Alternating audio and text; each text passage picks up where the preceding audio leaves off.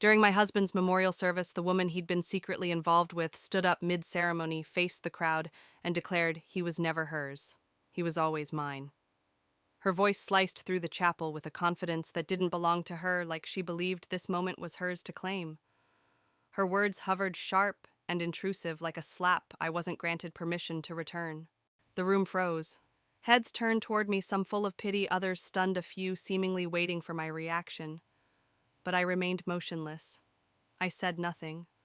I only watched the woman who had at some point captured my husband's affections, or whatever fraction he still had left to give. My daughter's hand stayed wrapped in mine. Beside me, my aunt's fingers clenched more tightly around my upper arm. Every muscle in my body wanted to erupt, but I stayed composed because I knew something she didn't. This story wasn't finished yet. Just moments later, our longtime attorney, Ms. Meredith Quinn, rose from the back pew and made her way to the front of the room. She carried a rectangular wooden box, both hands steady beneath it. All eyes followed her, uncertain whether this was part of the memorial or some unscripted turn of events. She faced the mistress directly, then said with quiet finality, "He instructed this to be given to you." The woman accepted the box as though she'd won a prize, smiling faintly smug in the spotlight. She unlatched the lid and let out a scream that tore through the stillness. So if this story moved something in you, if it made you pause or see your own reflection between the lines, please take a moment to like this video and subscribe to the channel. There are more truths coming, and maybe one of them will help someone else find their way out of the quiet too. Now let's go back to the moment she opened the box. Before the funeral, I didn't cry. I couldn't. Not for my husband, Liam, not yet.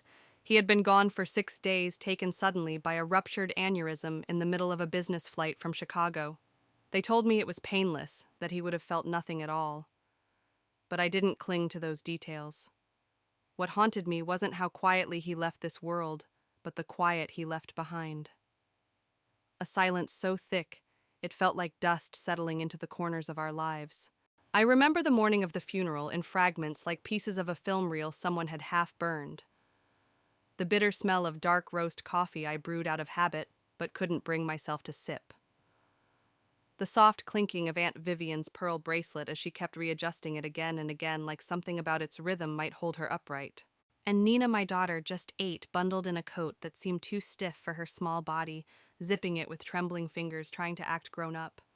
As if this were just another adult event, with long silences and unfamiliar shoes, not the day her father was laid to rest.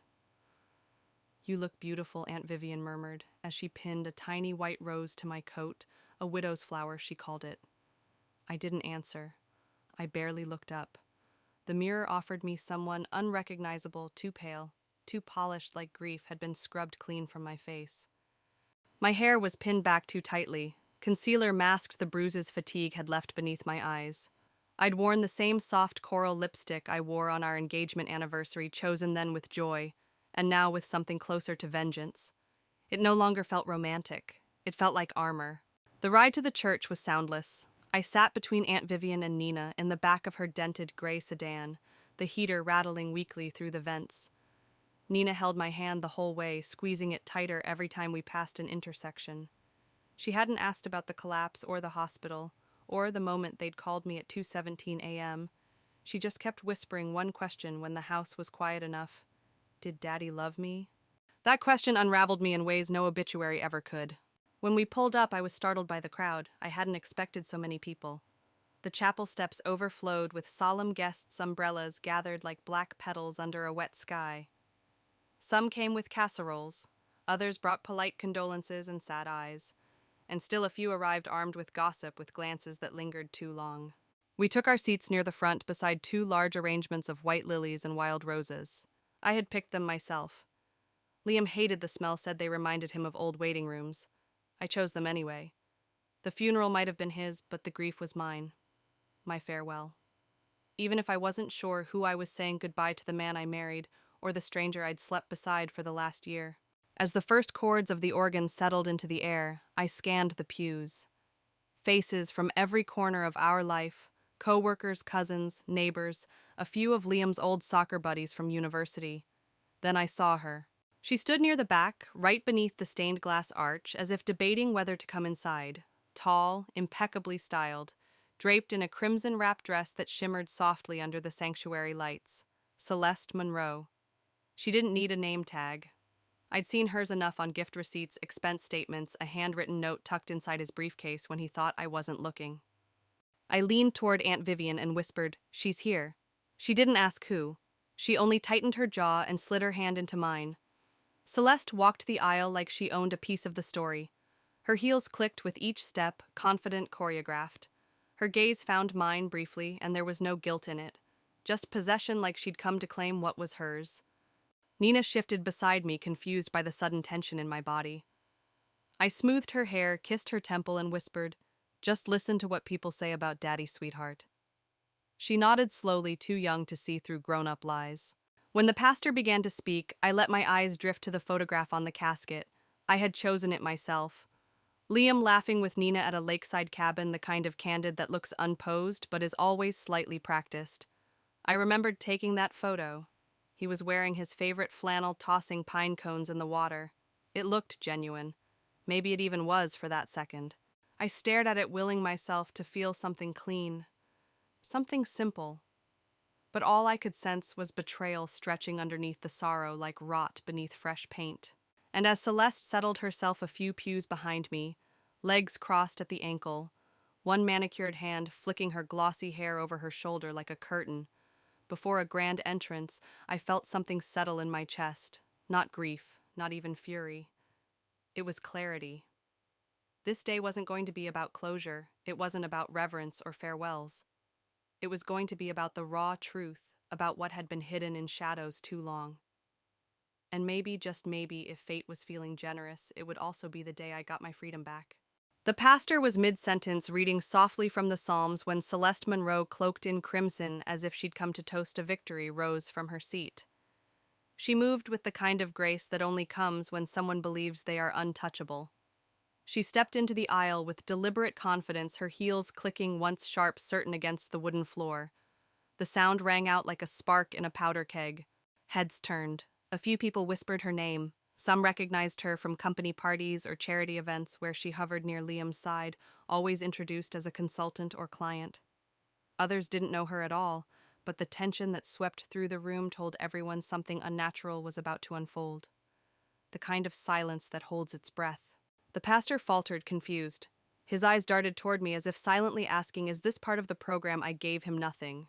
Not a nod, not a glance. This wasn't mine to interrupt. Celeste didn't wait for permission. She turned to face the congregation, lifted her chin with the calmness of a woman about to deliver a prepared statement, and projected her voice so everyone, every last stunned mourner, could hear it. "I know most of you don't know me," she began, her tone syrupy sweet with just a hint of triumph. "But I knew Liam in ways many of you never could. Not just who he was, but who he really was beneath the masks and the husband routine." Gasps fluttered like a breeze across the sanctuary. Aunt Vivian stiffened beside me and leaned in her voice a sharp whisper. "We should put a stop to this," but I shook my head. "Let her finish," I said quietly. I needed to hear the version of the story she'd convinced herself was true. I needed to know just how far she would go to rewrite him. Celeste placed her hand over her heart like she was performing grief rather than feeling it. "I was part of Liam's life for nearly 5 years. 5. And it wasn't a secret. He told me everything about the pressure, the distance, the loneliness, how trapped he felt in a life he never wanted, how he couldn't be himself in that house of obligations and expectations. People squirmed in their seats, some dropped their gazes, others cast uncomfortable glances my way. Celeste's voice cracked slightly, but not with sorrow, with drama. She knew how to play the room. "He told me he only stayed because of his daughter," she added, looking directly at me. "Not because he loved her." That looked cold, satisfied, smug. There was no apology in her eyes, no shame, just the certainty of someone who believed they'd won. That Liam had left all the property to her, that this spectacle was hers to control. I didn't blink, but my insides roared. Nina tugged gently at my sleeve. "Mommy, why is that lady saying those things?" she whispered. I squeezed her hand steady. "Ignore her, baby," I murmured. The room had gone dead still. The kind of silence that waits to see if something sacred is about to be broken. The pastor took a tentative step forward, his voice cautious. "Ma'am, this really isn't the time." But before he could finish the sentence, another voice rose from the far left aisle. Calm, crisp, unbothered. Ms. Monroe. Heads turned once more, this time toward Meredith Quinn, our family attorney, who had stood quietly from the last row. She walked with the slow purpose of someone used to courtrooms and drama, her hands cradling a small wooden box, dark cherry, unadorned, but heavy in a way that demanded attention. Celeste stopped mid-breath.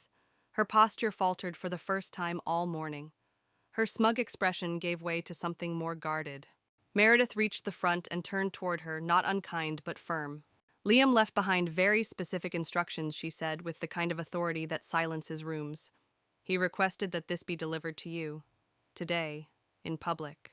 Celeste blinked. She looked uncertain for the first time since she'd swept into that chapel, but still she reached for the box slowly, like someone accepting a long-awaited prize.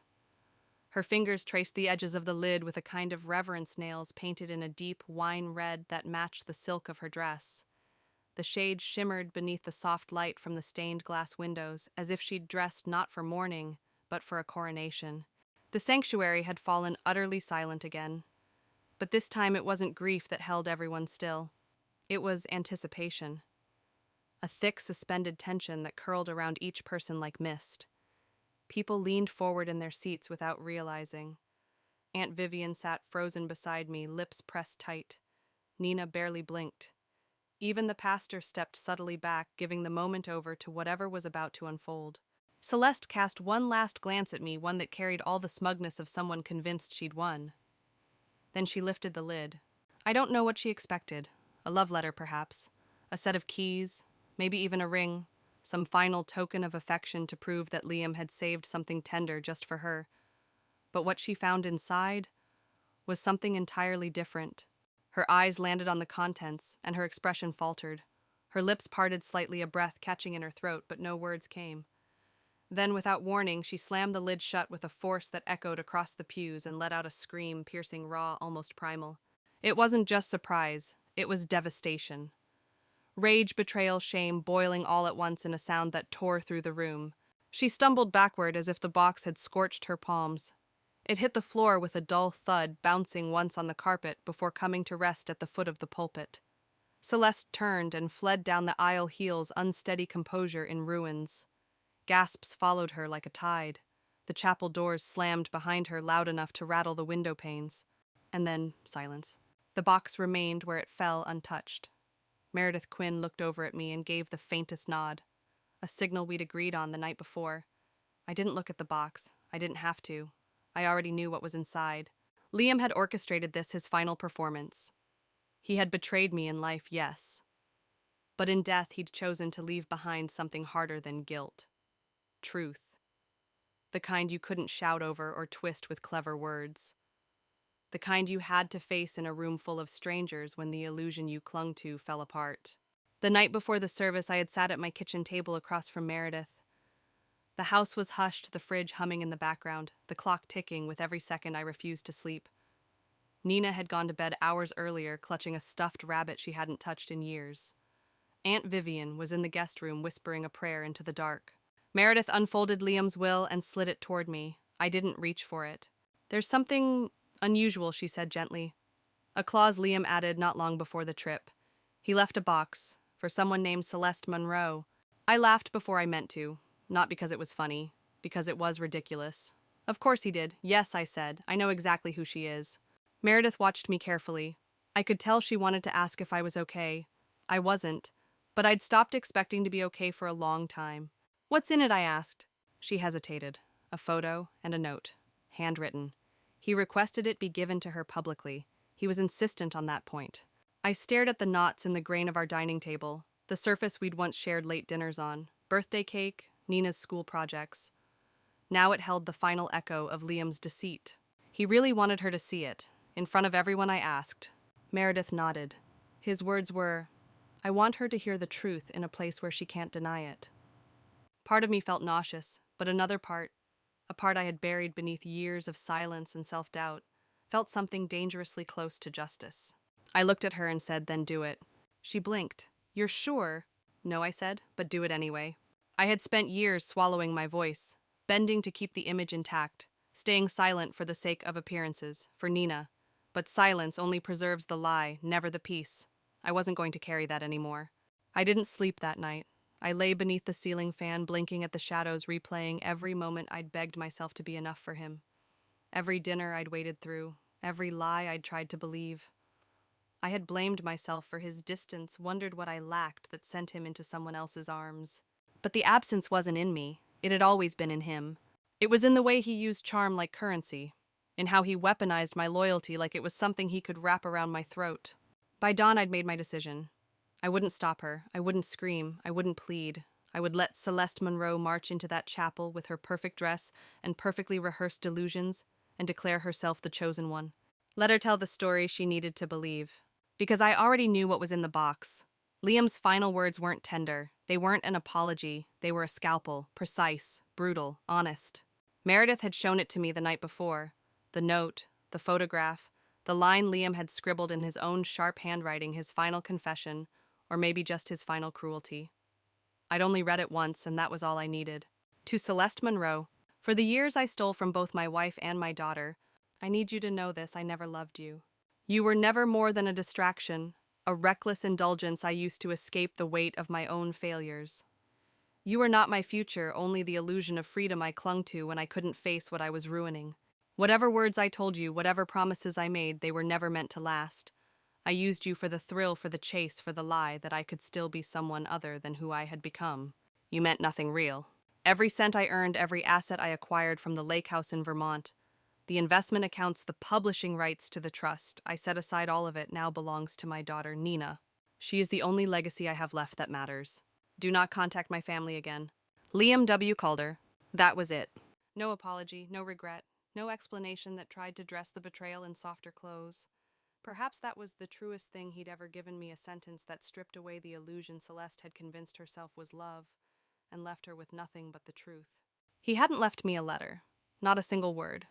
Maybe that was his final insult, or maybe it was his silent admission that words would never be enough to cover the wreckage. I didn't care either way. I had already stopped needing anything from him.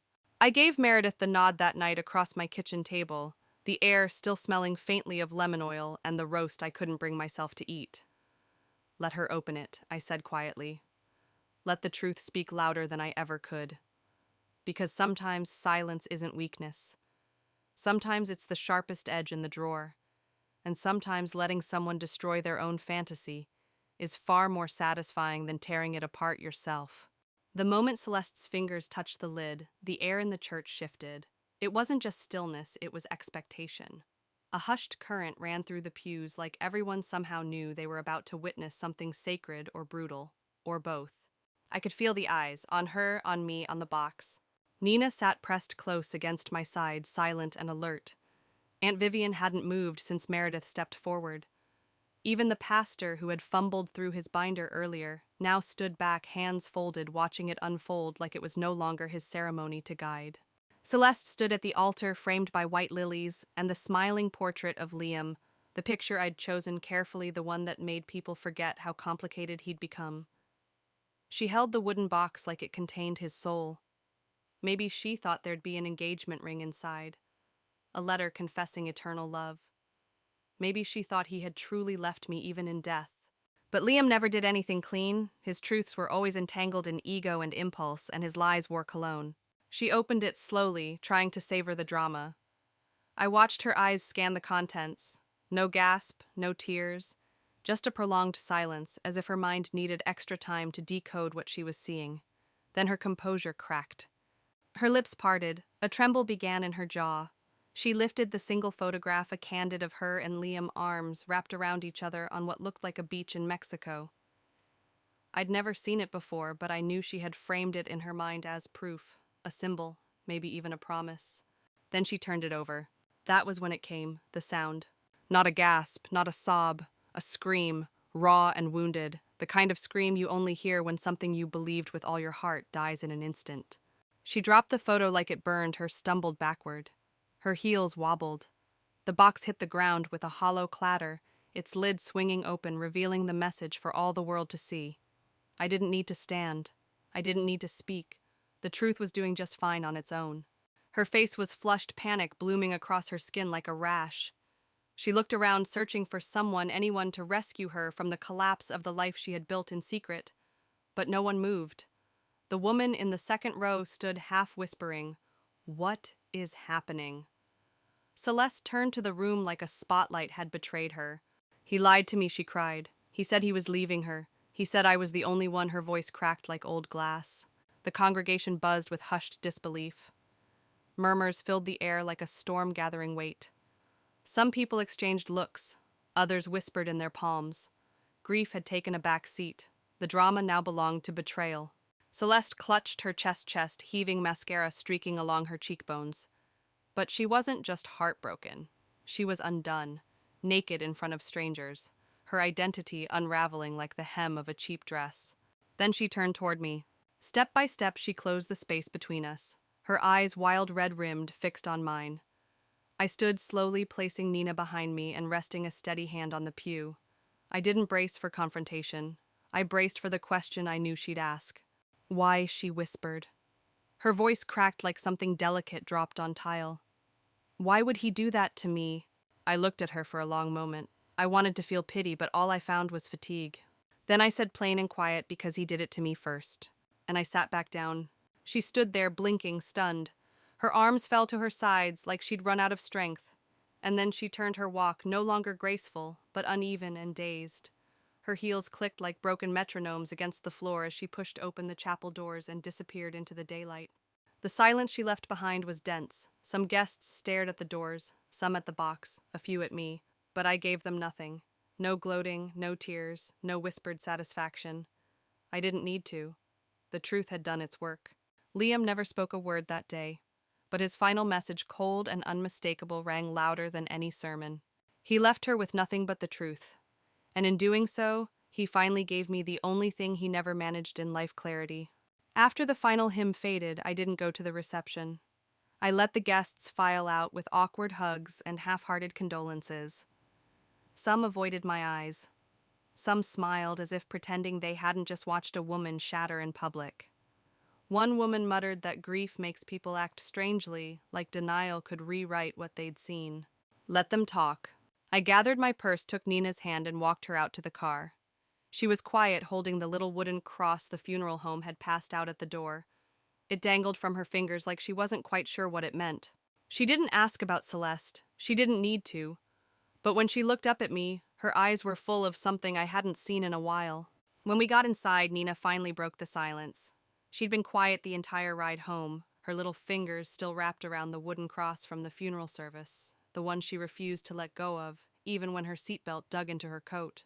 "Mom," she asked softly, eyes watching me through the rearview mirror, "who was that lady in the red dress?" I didn't lie. I couldn't, not to her. "She was someone your dad knew," I said, keeping my voice even. "Someone who thought she meant more to him than she really did." She looked out the window for a while after that, her breath fogging up the glass, then asked in a voice even quieter than before, "Did she hurt you?" I paused. Because how do you explain betrayal to an 8-year-old without making her feel like she came from something broken? "No," I said, finally steadying my voice. "She didn't hurt me. He did. But I'm not going to carry that forever. And neither are you." She gave a small nod, one of those almost imperceptible gestures that made her look older than she was. Then she leaned into me as we parked the car, resting her head against my side as we walked up to the front door. That simple act, her weight, her trust felt heavier and more healing than anything anyone had said to me all week. That night, the house didn't feel haunted. It wasn't quiet because it was empty. It was quiet because it was ours again. For the first time in a long time, the silence wasn't oppressive. It was space, breathable, mine. I walked into the bedroom, my bedroom now, and stood in the doorway for a long while. The bed looked different, smaller somehow. The nightstand, still cluttered with his unread paperbacks and half-dead charger cords, felt like an echo instead of a presence. I opened the second drawer on the left, the one where I had once found the receipts, the ones that had started the slow unraveling of everything. It didn't feel like a battlefield anymore, just a room. I went to the closet and took out his last suit, the one he'd worn to our anniversary dinner the year before. Charcoal gray, slightly wrinkled at the collar. I ran my hand along the lapel, trying unsuccessfully to remember what it had felt like to love him without suspicion. Without dissecting every "I'm working late," every locked phone screen, every smile that didn't quite reach his eyes. That version of him had existed, I suppose. Once. But loving someone isn't the same as knowing them, and as painful as it was to admit, I never really knew Liam. Not fully, not honestly, not until it was too late. I folded the suit, carefully laid it inside a box labeled donation, and sealed the lid. I didn't need it anymore. I didn't need anything that belonged to the version of my life that I had to keep pretending was whole. The next morning, I made pancakes, real ones with chocolate chips and cinnamon. I turned on the old kitchen speaker, played Nina's favorite song, and for the first time in what felt like years, she laughed. Loud and real. A sound so full of light that I had to blink back the burn behind my eyes. And that was when it hit me. I wasn't mourning Liam anymore. I was mourning me. The version of myself who believed that love had to be earned, that loyalty meant silence, that being strong meant enduring pain without ever letting it show. But that version of me, she was gone, buried somewhere between the silence I kept and the truth I finally let speak. I wasn't angry at Celeste anymore. Not really. I think she loved him in her own way. Or maybe she just loved being chosen. I used to know what that felt like, to be picked, to be seen. But love built on secrets and stolen moments isn't love, it's survival, and I'm done surviving. I want to live. Liam thought the truth would destroy her, and maybe in a way it did. But it freed me. And in the strangest, most twisted way, maybe that was his final gift to me. People always say funerals are for the living. I used to think that meant closure, the folding of a chapter, the soft sigh of something ending. But now I think it means choice. You get to choose who you'll become when the worst parts of your story are behind you. You get to decide whether the pain shapes you into something smaller or something stronger. I chose the latter. That morning, as I stood by the window, coffee in hand, hair still damp from the shower, I watched Nina chase our dog across the backyard barefoot in dew-soaked grass, her laughter rising like sunlight. And I realized I wasn't waiting anymore. Not for apologies, not for answers, not for someone to rescue me from my grief. I had already done it. I had saved myself.